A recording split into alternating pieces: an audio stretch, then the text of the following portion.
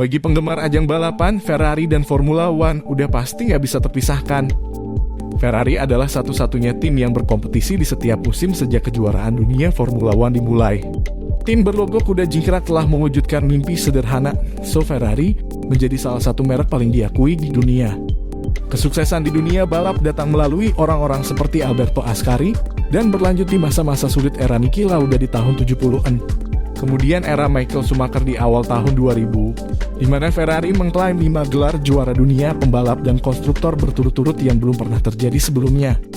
Ferrari berhasil mengokohkan status mereka sebagai tim yang paling sukses dalam sejarah F1. Namun selama 10 musim terakhir, Ferrari nampak kesulitan untuk meraih titel juara dunia. Semakin dikejar, semakin jauh. Itulah yang menggambarkan kondisi Ferrari saat ini. Gue yakin dari kalian pasti setuju dengan istilah itu. Ferrari ini udah ngasih semuanya untuk balikin lagi masa kejayaan mereka. Mulai dari ganti pembalap, ganti kepala tim, dan membangun mobil yang kencang dan mesin yang awet. Tapi, apa hasilnya? Semua itu seakan-akan gak ada apa-apanya dibandingkan keperkasaan Mercedes lewat Lewis Hamilton. Di musim 2017 dan 2018 mobil udah bagus, tapi pembalap bikin blunder. Selanjutnya di musim 2019 dan 2020, debut Manisha Lawler gak didukung oleh mobil yang superior. Nah, di tahun 2022 ini pembalap dan mobil udah oke, tapi strategi balapannya malah kacau. Di video kali ini, kita akan bahas apa yang salah dari Ferrari dalam 1 dekade terakhir. Dilihat dari faktor pembalap, faktor mobil, dan faktor strategi.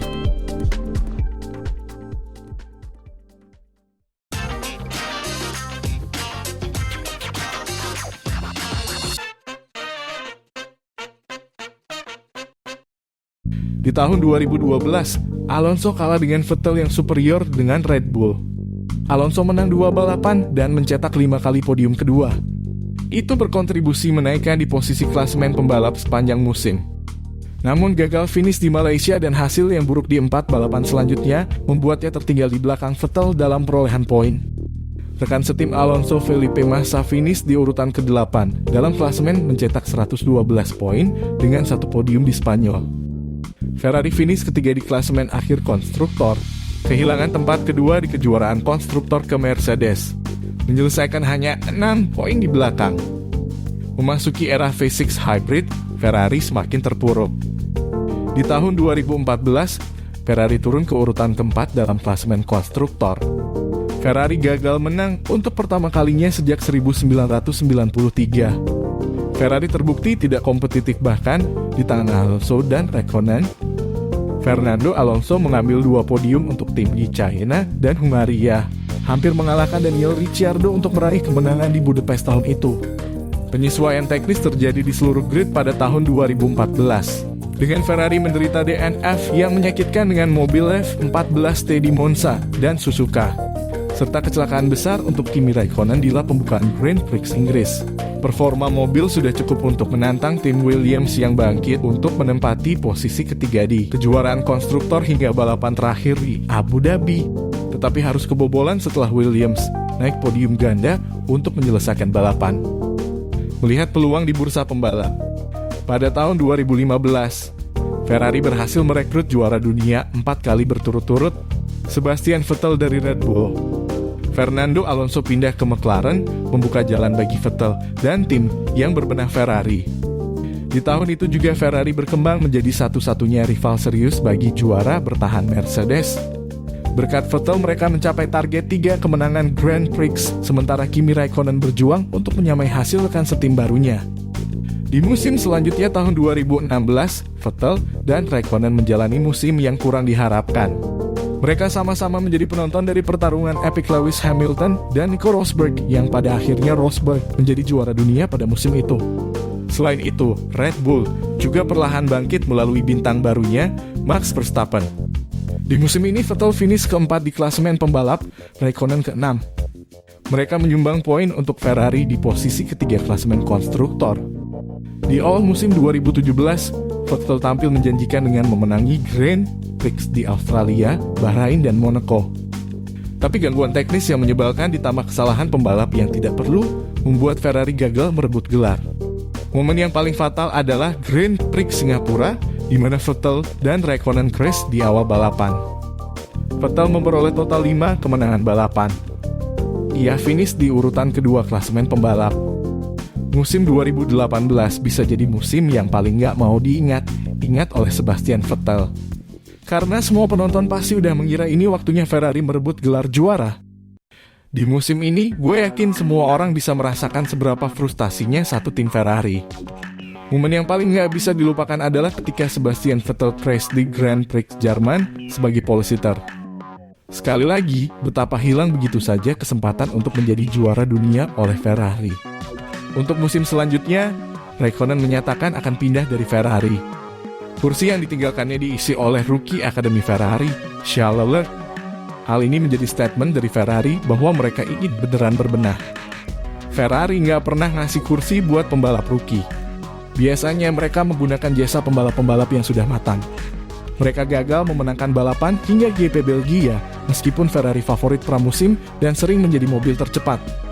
Persaingan yang menegangkan membuat pendatang baru Charles Leclerc mengungguli rekan setimnya dengan 2 kemenangan berbanding 1. Leclerc juga mengungguli Vettel di klasemen akhir pembalap tahun 2019. Di tahun 2020, Ferrari tenggelam ke performa terburuk mereka dalam 4 dekade. Gagal memenangkan balapan lagi, dan hanya mencetak 3 podium. Mereka jatuh ke urutan ke-6 dalam klasemen.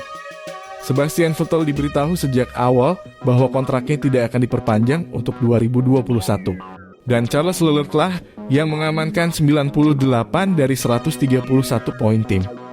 Di tahun 2021, Ferrari memperkenalkan Carlos Sainz sebagai pembalap barunya. Namun di musim 2021 ini tidak lebih baik dari musim sebelumnya. Masih belum ada tanda-tanda untuk menantang gelar. Tetapi peningkatan tahun ke tahun yang kuat mengangkat mereka untuk peringkat 3 secara keseluruhan. Mereka berhasil mencetak lebih dari 2 kali lipat penghitungan poin 2020 mereka. Pendatang baru Carlos Sainz mengungguli Charles Leclerc yang meraih 4 podium dari rekan setimnya. Di tahun ini pun kedua pembalap sudah mendapatkan semuanya dari Ferrari untuk memenangkan balapan demi balapan. Memang penyesuaian dengan regulasi baru membuat mereka tampil kurang maksimal. Ferrari telah memulai dari depan 8 kali pada tahun 2022, tetapi telah mengubahnya menjadi hanya 4 kemenangan. Hanya di beberapa balapan itu, seperti di Miami, yang mengadu performa mobil Ferrari F1 hingga 75 versus RB18 milik Red Bull.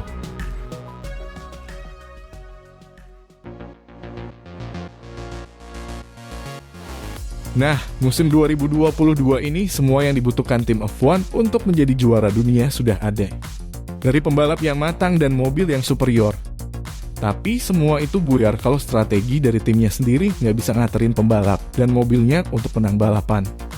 Kekacauan strategi balapan Ferrari musim ini mencerminkan betapa terpuruknya mereka dalam 1 dekade terakhir. Janji awal musim Ferrari di kejuaraan Formula 1 hanyalah kenangan yang memudar, karena Charles Leclerc telah melihat keunggulan 46 poin berubah menjadi defisit 80 poin dari Max Verstappen hanya dalam 10 balapan. Di Monaco, Leclerc memimpin dalam kondisi basah, tetapi di undercut di pit stop pertama. Hal yang tidak perlu oleh Ferrari karena Leclerc ingin melaju lebih lama dengan ban basah. Dan pada pit stop kedua dilakukan secara keliru di lap yang sama dengan rekan setim. Posisi pertama menjadi finish keempat. Di Inggris, Leclerc berusaha keras untuk memimpin balapan yang menarik, tetapi selama periode safety, car akhir Ferrari membuatnya keluar dari ban hard bekas. Sementara saingan yang berada tepat di belakang. Untuk ban softs baru, karet yang lebih lembut dan lebih baru secara signifikan lebih cepat. Leclerc jatuh ke posisi keempat. Di Hungaria juga kacau. Ferrari menempatkan pemimpin Leclerc pada ban hard untuk stint ketiga, tetapi mereka tidak menggunakan ban itu selama latihan hari Jumat. Leclerc segera menyadari kesulitannya dan kehilangan begitu banyak waktu sehingga diperlukan perhentian ketiga untuk ban softs. Ia terjun ke urutan ke-6. Leclerc bersikeras bahwa Ferrari memiliki kecepatan untuk meraih kemenangan. Tetapi bos tim Mattia Binotto menjelaskan pandangannya bahwa kemenangan tidak mungkin terjadi pada strategi apapun. Tampaknya Binotto bukan menanggap pada mengapa Ferrari memilih ban yang tidak berfungsi, tetapi mengapa mobil tidak dapat membuat ban optimal. Jika kalian menyukai konten seperti ini, jangan lupa subscribe channel Racing Line Indonesia. Like video dari kami, dan jangan lupa nyalakan lonceng notifikasi. Sekian video dari kami, terima kasih sudah menonton ya.